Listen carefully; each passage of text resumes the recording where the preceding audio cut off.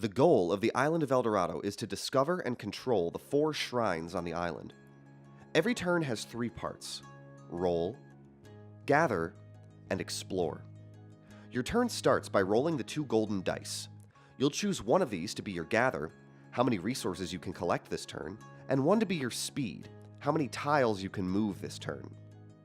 Now that you've rolled, it's time to gather resources. Resources are gold, food, and wood, and are used to build structures, create villagers, and move armies. To gather, take any variety of resource cards equal to the number on your gather die. So if your gather die is a 3, take 3 cards total. If it's a 6, take 6 cards total. You only have access to take a type of resource card if you're farming a tile that produces that type. You can farm a tile if your explorer is on it, or if one of your villagers is on it adjacent to one of your farmhouses. Let's go over a few examples. Here, Orange is farming wood and food because their explorer is on a food tile and they have a villager and farmhouse on a wood tile. So if their gather die was a 4, they could take a total of 4 cards in any combination of wood and food that they choose. Here, White is farming wood, food, and gold because they have a farmhouse with 1 villager each on food and wood, and their explorer is on gold. So if their gather die was a 4, they can take a total of 4 cards in any combination of resources they choose. There are also 2 tiles in the stack called the Garden. You're in luck if you discover one of these, because they're a food, wood, and gold tile all rolled into one. If you're farming the garden, you can collect resources up to the number on your gather die in any combination.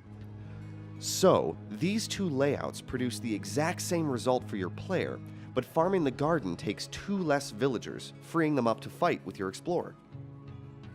Players can trade or give resources to each other when they are on adjacent tiles, and you can also trade in 5 of any one resource for 1 of any other type of resource at any time. Once you're done gathering, it's time to explore. During the exploration phase of your turn, you can move your explorer, buy structures and villagers, or attack an opponent in any order you choose. To move, it's time to use your speed die from the start of your turn. Whatever number is shown on your speed die is the number of tiles you can move that turn. You can choose to move onto tiles that have already been discovered, or discover new tiles by flipping one from the top of the El Dorado stack and moving onto it. Newly discovered tiles must be connected to 2 existing tiles. You cannot move onto water or shrine tiles, so if you discover one of these, stay on the tile you came from. This still uses 1 speed. Tiles cannot be moved once they are placed, and cannot stick out past the edge of the table. At any point while moving, you can buy things as well.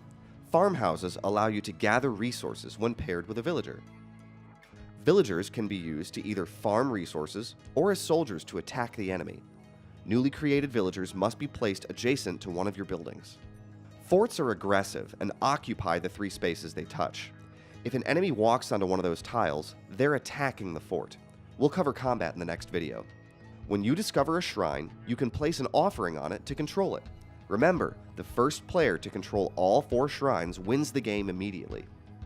Multiple players can have offerings on the same shrine, and offerings cannot be destroyed.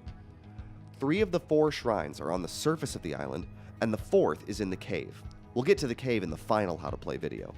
Once you're done moving, buying, or attacking, your turn is over. Pass the dice to the player on your left so they can start their turn.